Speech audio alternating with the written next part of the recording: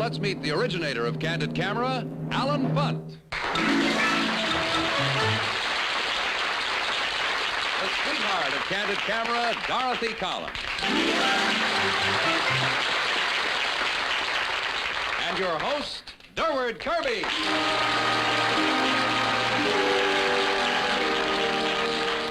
Good evening, ladies and gentlemen, and welcome to Candid Camera.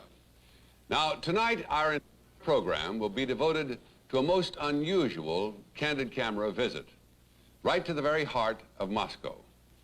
And now it's our pleasure, once again, to bring you something a little different on tonight's Candid Camera show. You know, in the past, we have always moved around a good part of the world. Oh, we've catching people in the act of being themselves all over the globe. And in addition to thousands of miles within the United States, the Candid Camera has been concealed in France and in Germany, in England, Denmark, and also in Italy.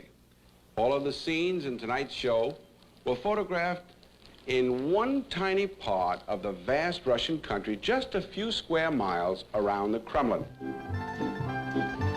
Now here you see a crowded street in downtown Moscow. This is what we photographed from the car coming from the airport to our hotel. You notice that there are many shoppers, good number of soldiers, very few cars, and they're kind of unmindful of the cars because there's so few of them. But here you see Russians quite close. Hey, Mac! Before we got our land legs and our courage, we tried to do some photography from the balcony of our hotel. There you see the hotel window, and this is the Kremlin and the large square, which we could see right from the window. Notice the size of the square and how relatively empty of cars it is.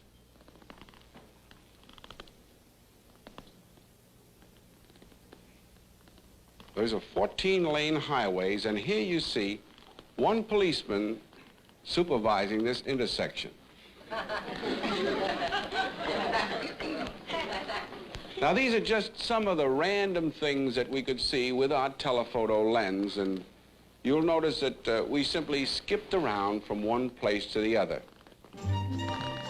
Wherever we looked, we saw women working. These ladies tending the gardens. They're almost every kind of job is handled by a woman. Here they carry packages across this enormous intersection in little dolly carts. And this most unusual street cleaner with a broom that looks like it belongs to a witch. But she's cleaning that enormous intersection as though it was a tiny part of her home.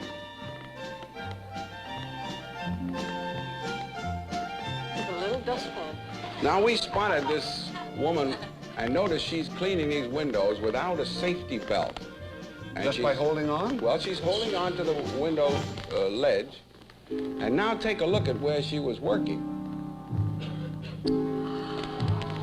Holy smokes. Now, I can't explain this, so you figure it out yourself. This lady came to an open manhole.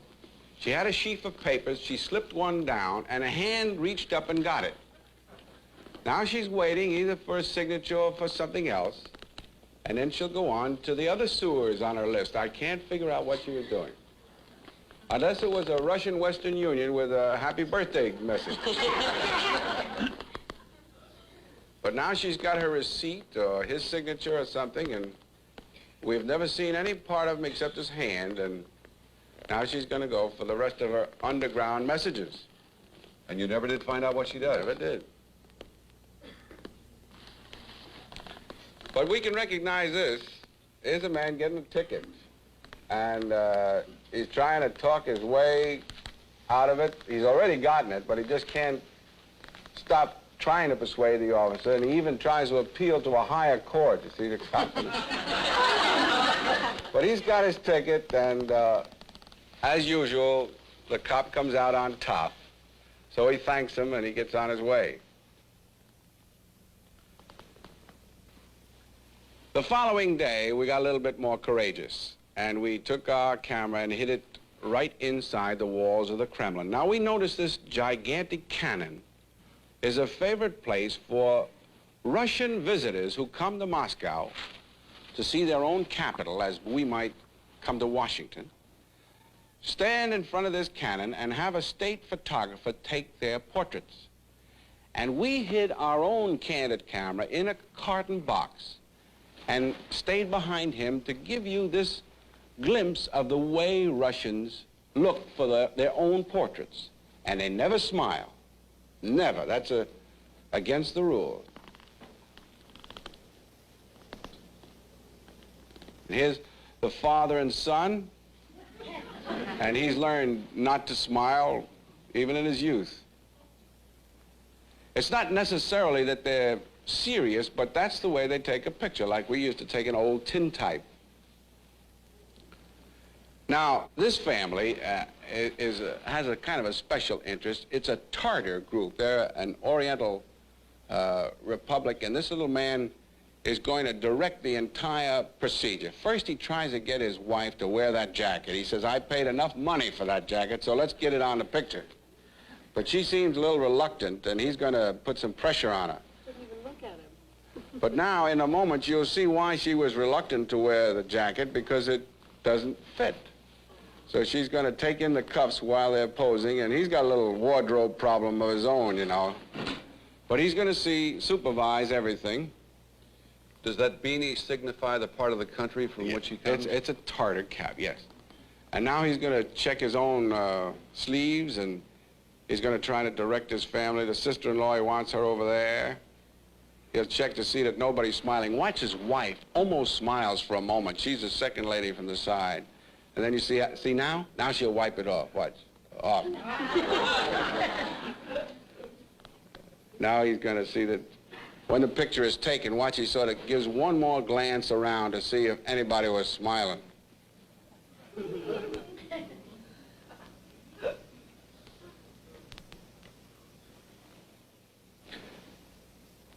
Look at the little girl has a kind of haircut that makes her able to wear her brother's clothes or her sister's. Notice that the big preoccupation with this picture is that the man wants to be sure there's no one in the background, so he's going to chase everybody from the cannon.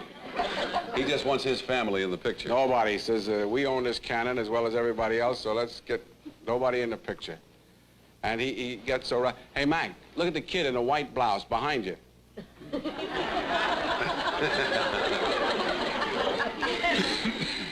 And he was so preoccupied with that, he almost forgot to look at the camera, but finally they got the picture.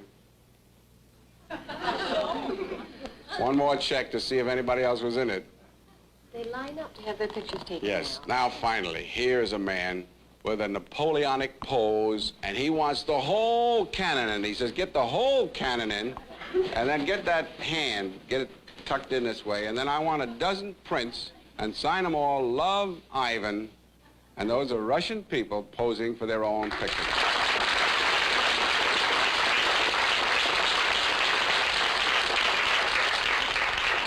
Very, very interesting footage, Alan. And you went through this with a little misgivings, did you not? We were nervous, Durwood. We're all, you know, taking pictures with a hidden camera is challenging anywhere. Yes. But we were in a strange country with strange customs. We tried to obey their rules. We were surprised that they allowed us the freedom they did. But as tourists, we were allowed to photograph people, and we were naturally not interested in any of the sensitive areas, so we had things pretty much our own way. But it was scary. And now, if you're ready to start again, we'll continue our tour through Moscow with a candid camera.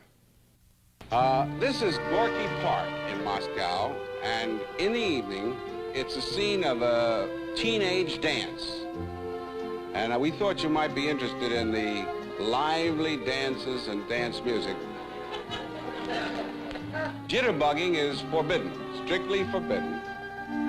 But they do have a Russian version of something that has a little hacha in it. I don't know what the name of it is, but Was all the music played in more or less the same tempo?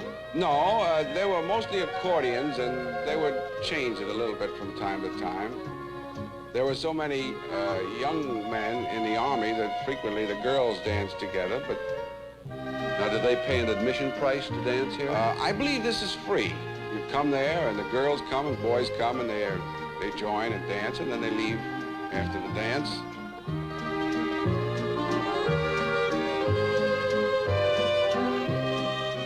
There are a number of youth supervisors that are in the crowds. And there's always one man in every dance like this fella. He's dancing what we used to call the Y dance. Well, when you get a girl in your arms like that, why dance? But you can see that he's not very enthralled either with the dancing or with her. With the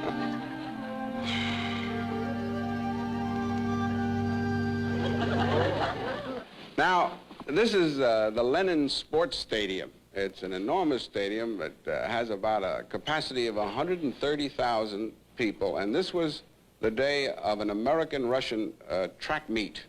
You're eating ice cream? Oh, ice cream is all over Moscow. It's enormous. Now, these are some of the runners, and you'll notice as we get back to the stands that their response is almost entirely with applause. There's very little shouting, generally quiet. There's no really complete exultation of really screaming. Well, they have a different way of expressing approval. It's applause, and then rhythmic applause is when something is really outstanding.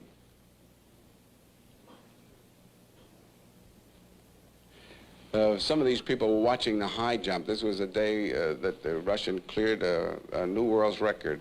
And you can see the disappointment when he misses a jump, you see. These are some Russian GIs.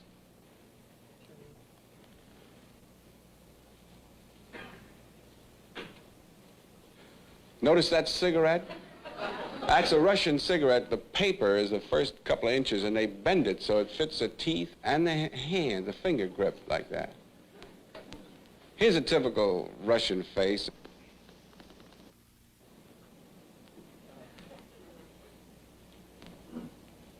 You see, not a sound, but a great deal of applause.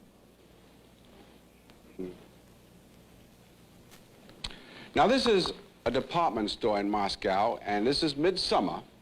And these people are shopping and buying fur hats at $30 a piece. Now, $30 is equivalent to the average Russian's monthly wage.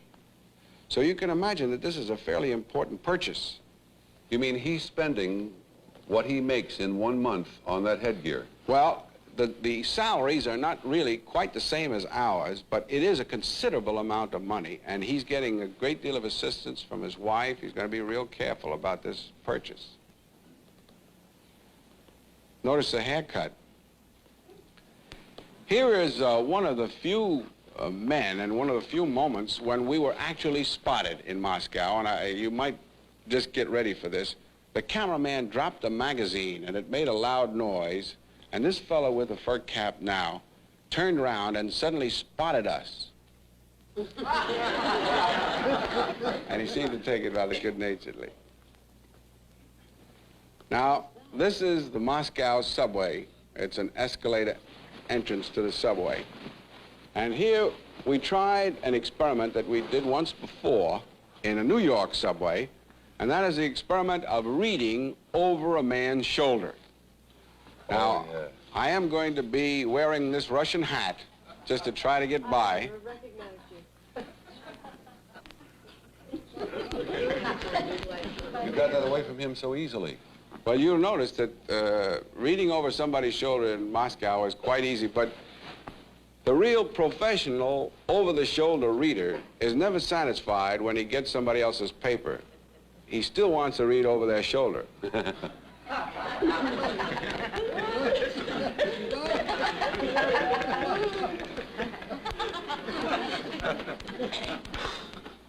Notice this little fella absolutely refuses to recognize my existence even if I sit in his lap.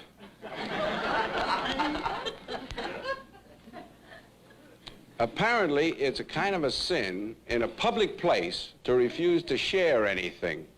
So, this man not only gives me his newspaper, but I think he begins a news report for me, you see.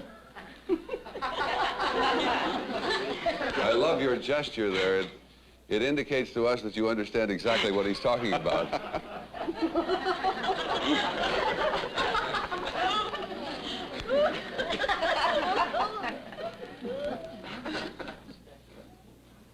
How stoical they are. Now that I've got his paper, it's going to be mine. Now, this man looks a little dejected to begin with. And when I try to read his paper, notice how glumly he just passes it over. He acts as though the news was bad anyhow. And that's the Moscow Times.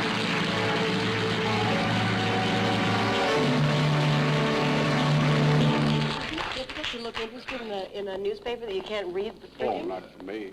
I was so scared it wasn't hard for me to look interested in anything. Alan, did all of these people, did any of them realize that you were Americans? I'm sure. Americans are immediately distinguishable in almost every inch. The shoes are different, the haircut is different, By the their wristwatch, dress, yeah. everything about it. Yeah. I'm sure they knew that we were Americans. In these next scenes, we use the help of a couple of American school teachers who are visiting Moscow, and they'll help us film the Russian counterpart of an experiment with a valise full of rocks. Now, you may remember that we tried this in London and Paris as well as in New York. So, let's go back to Paris. Here, a French model is trying to get a stranger to help carry her valise to the corner. Now, of course, none of these people know that the valise is full of rocks and weighs over 200 pounds. The second man takes a try, and then he tries to explain that he just doesn't seem to be able to negotiate it. Now, perhaps this next passerby might volunteer some help, but he doesn't. So the first stranger seems to suggest, you better get a bigger guy.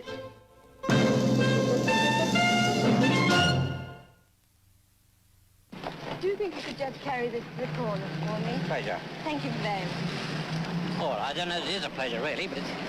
Right, how far do you want to go? Just to the corner. All right. Could you possibly help me carry the bag Yes. to the corner? Which, this way? Or This here? one? Yes, I don't mind. Oh, I see why. Oh, Do you think you could carry this just to the corner for Indeed, me? certainly. Oh, good gracious me. You come on the other side, will you? Whatever have you got? Now, I'm not being inquisitive, but really. We'll go to Russia now and see how they react to this valise full, in this case, of concrete blocks. It weighs enough so that it's almost a trick to get it off the ground. Now, all we need is a young lady, and this happens to be a school teacher from Ohio. She has an empty valise, and she's going to try to get this Russian to help her with a bag just a few blocks to the corner. Now, start the excuses, and you can see them in pantomime. I'm going this way, I haven't got the time, and see you later. Now, we told this young lady to be sure not to pick on any small people because we didn't want them to strain themselves, so she got this great big husky guy, and I thought he could pick her up and the valise and the car if he had to. He looked about 6'4", and he finally got the message, and now we're off.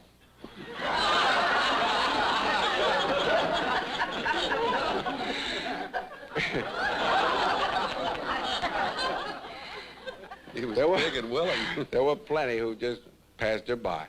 This man gets an assist from his wife. What, first he realized this is a pretty tough job, and now his wife begins to alibi. He's busy, he hurt his arm, I got work for him to do at home, and so off they go.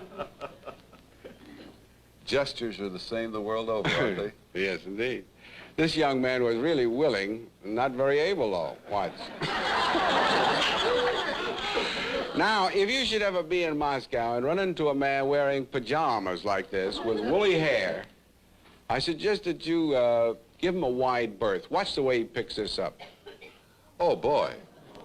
250 pounds. Now, finally, this man with a bag. He was either a mailman or he might have been just a civilian shopping. They frequently use bags like that to put their provisions in. And he listens attentively, and I think he gets the message. And I guess according to the custom, the woman should at least do some share of the work. So he decides that she's going to carry something. Now he's going to transfer the load, and there she has her part. And now watch.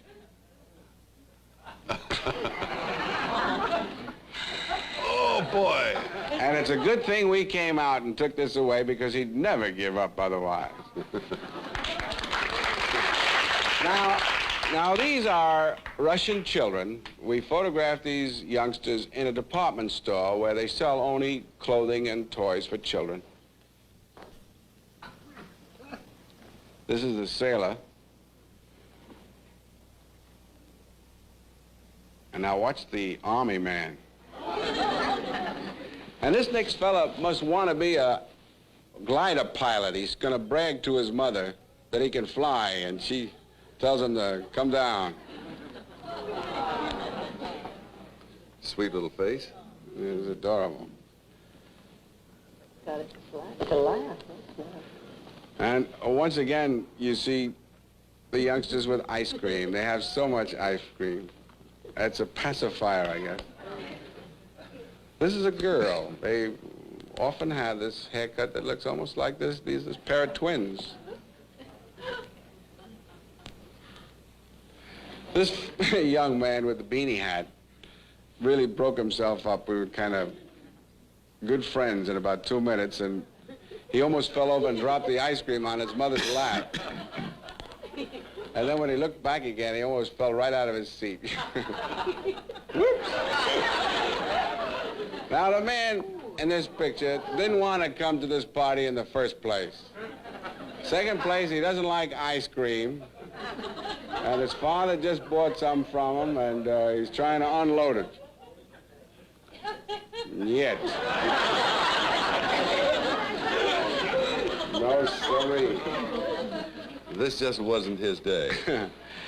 And I think this final scene will help underscore some of the differences in this world that we photographed. What are they doing there? This is a 9-year-old girl in an amusement park. And this is amusement. Oh? Moscow style. Yes? Now, she's come there, she's paid a little something for this ride. And in this amusement park where it's quiet, no noise at all, watch this ride.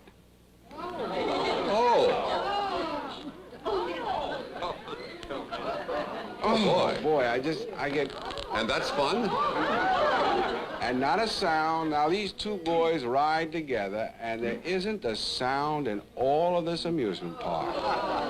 And that's how we say goodbye to Moscow.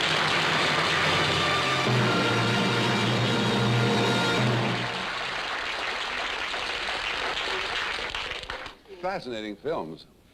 You know, it'd be hard to finish this program without mentioning that Mike Zingali and Pat Chazzini, who were along on this trip, and we were as small a crew as we've ever used, they all shared the burdens and the tribulations and the rewards of this trip. They did a wonderful job. You should all be so proud. I know I am, just knowing you. And that completes our brief visit to Moscow.